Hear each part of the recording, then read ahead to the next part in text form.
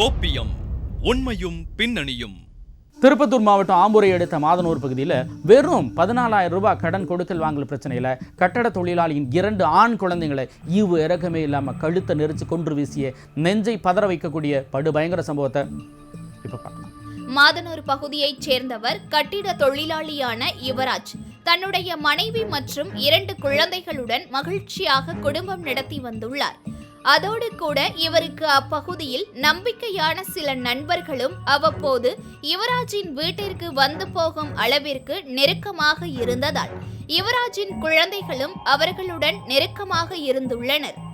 அப்படித்தான் யுவராஜின் நம்பிக்கைக்குரிய நண்பரான வசந்தகுமார் என்பவரும் யுவராஜின் குழந்தைகளுடன் நெருக்கமாக இருந்துள்ளார். இதனால் அவ்வப்போது குழந்தைகளை வெளியே கடைகளுக்கு அழைத்துச் சென்று தின்பண்டங்கள் வாங்கி தருவது வழக்கமாக இருந்துள்ளது. அப்படிதான் கடந்த 2 தினங்களுக்கு முன்பு வசந்தகுமார் யுவராஜின் வீட்டிற்கு சென்று யுவராஜ் குழந்தைகளை அழைத்து வரச் சொன்னதாக கூறி யுவராஜின் 2 குழந்தைகளையும் அவருடைய 2 சக்கர வாகனத்தில் அழைத்து சென்றுள்ளார். இதனையடுத்து அன்று மாலை யுவராஜ் மட்டும் தனியாக வீட்டிற்கு வந்துள்ளார். அப்போது அவரது மனைவி குழந்தைகள் எங்கே என்று கேட்டுள்ளார். இதனால் அதிர்ச்சி அடைந்த தந்தை யுவராஜ் அவரது நண்பன் வசந்தகுமாருக்கு போன் செய்துள்ளார். ஆனால் வசந்தகுமாரின் செல்போன் சுவிட்ச் ஆஃப் ஆகியிருந்ததால் பதறிப்போன யுவராஜ் தன்னுடைய 2 குழந்தைகளை காணாமல் துடிதுடித்து போயுள்ளார். இதனால் அச்சமடைந்த யுவராஜ் உடனடியாக ஆம்பூர் கிராமிய காவல் நிலையத்தில் குழந்தைகளை கண்டுபிடித்து கொடுக்க வேண்டும் என்று புகார் அளித்துள்ளார். இப்புகாரின் பேரில் வழக்கு பதிவு செய்த போலீசார் குழந்தை காணாமல் போனது குறித்து விசாரணை மேற்கொண்டனர்.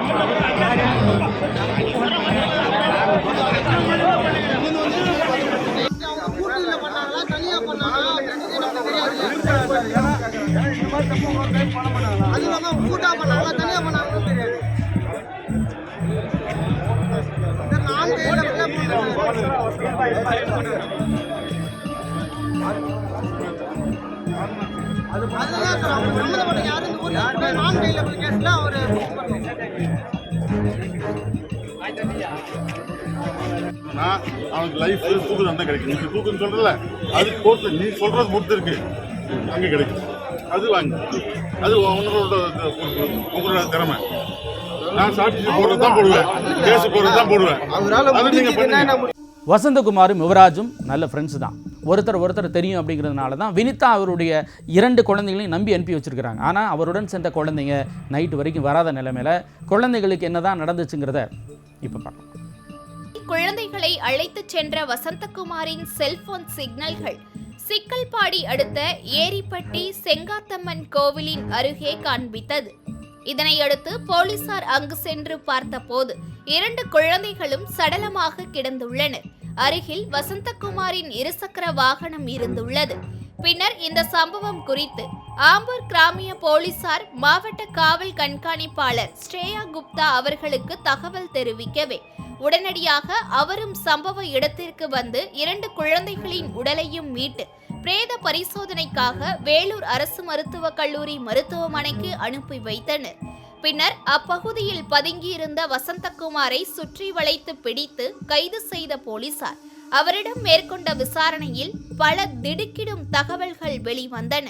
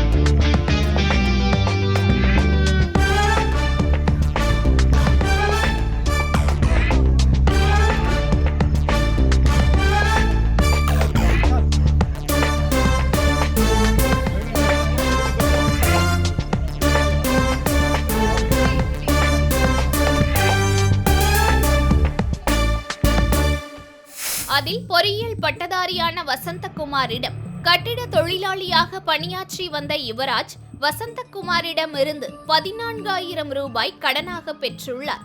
மேலும் வாங்கிய கடனை திருப்பிச் செலுத்தாமல் காலம் தாழ்த்தி வந்துள்ளார். ஆனால் வசந்தகுமாரின் மனைவியிடம் தான் கடனை திருப்பி செலுத்திவிட்டதாக கூறியுள்ளார். இதனால் ஆத்திரமடைந்த வசந்தகுமாரின் மனைவி தன்னிடம் கணவன் பொய் கூறியதாக நினைத்து வசந்தகுமாரிடம் தகராறில் ஈடுபட்டு அவரது தாய் வீட்டிற்கு சென்றுள்ளார். இதனால் அதிக மன உளைச்சலில் இருந்து வந்த வசந்தகுமார் தனது மனைவியிடம் பேச்சுவார்த்தை நடத்தி மீண்டும் தன்னுடன் சேர்த்து வைக்குமாறு கூறியுள்ளார். ஆனால் இதற்கு யுவராஜ் மறுப்பு தெரிவித்ததால் அவர்களை பழிவாங்க வேண்டும் என்பதற்காக யுவராஜின் 2 குழந்தைகளை வைத்து அவரை மிரட்ட நினைத்த அவர் முடிவில் 2 குழந்தைகளையும் கொலை செய்துள்ளது விசாரணையில் தெரிய வந்துள்ளது. தற்போது தமிழ்நாட்டில் பார்த்தீங்கன்னா பல்வேறு குற்ற சம்பவங்கள் அரங்கேறி வருது. கொடூரமான முறையில் இந்த குழந்தைய ஒரு சொத்து தகராறுலையோ ஒரு நபர் ஒரு ஈவிரக்கம் இல்லாமல் ஒரு குழந்தையே கொலை பண்ணியிருக்காங்க. இது மாதிரி பல்வேறு குற்ற சம்பவங்கள் தொடர்ச்சியாக தமிழகத்தில் கடந்த 2 ஆண்டுகளுக்கு மேலே நடந்தது. இதெல்லாம் குற்ற சம்பவம் கொலை சம்பவங்கள்லாம் எந்த விதமான நடவடிக்கையும் எடுக்கணும் இல்லை. எந்த குற்றவாளிகளையும் யாருமே பிடிக்கிறதே கிடையாது. போலீஸ் ரொம்ப போலீஸினோட இதோட அலட்சியம் தான் இதை சொல்லலாம். இந்த குற்ற சம்பவங்கள்லாம் நடக்கிறது தடுப்பதற்காக நடந்த பிறகு நடவடிக்கை எடுக்கிறதோட அதுக்கு உண்டான தடுப்பதற்கு உண்டான நடவடிக்கை எதையுமே காவல்துறை எடுப்பதில்லை. வாகன பரிசோதனை செய்வது கிடையாது. அதற்கான சோதனை சாவடிகள் எதுவும் பிரதான சாதனைகளாக எங்கேயுமே அமைச்சது கிடையாது காவல்துறை.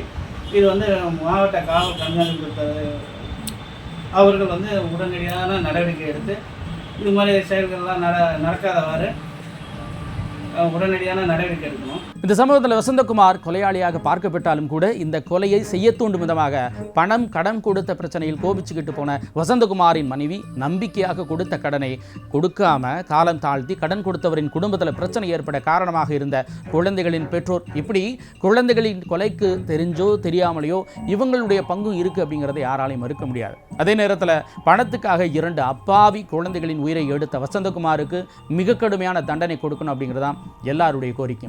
மீண்டும் அடுத்த கோப்பியம் நிகழ்ச்சியில் உங்களை எல்லாம் சந்திக்கிறேன். அதுவரை உங்களிடமிருந்து விடை பெறுபவர் சிவகுமார்.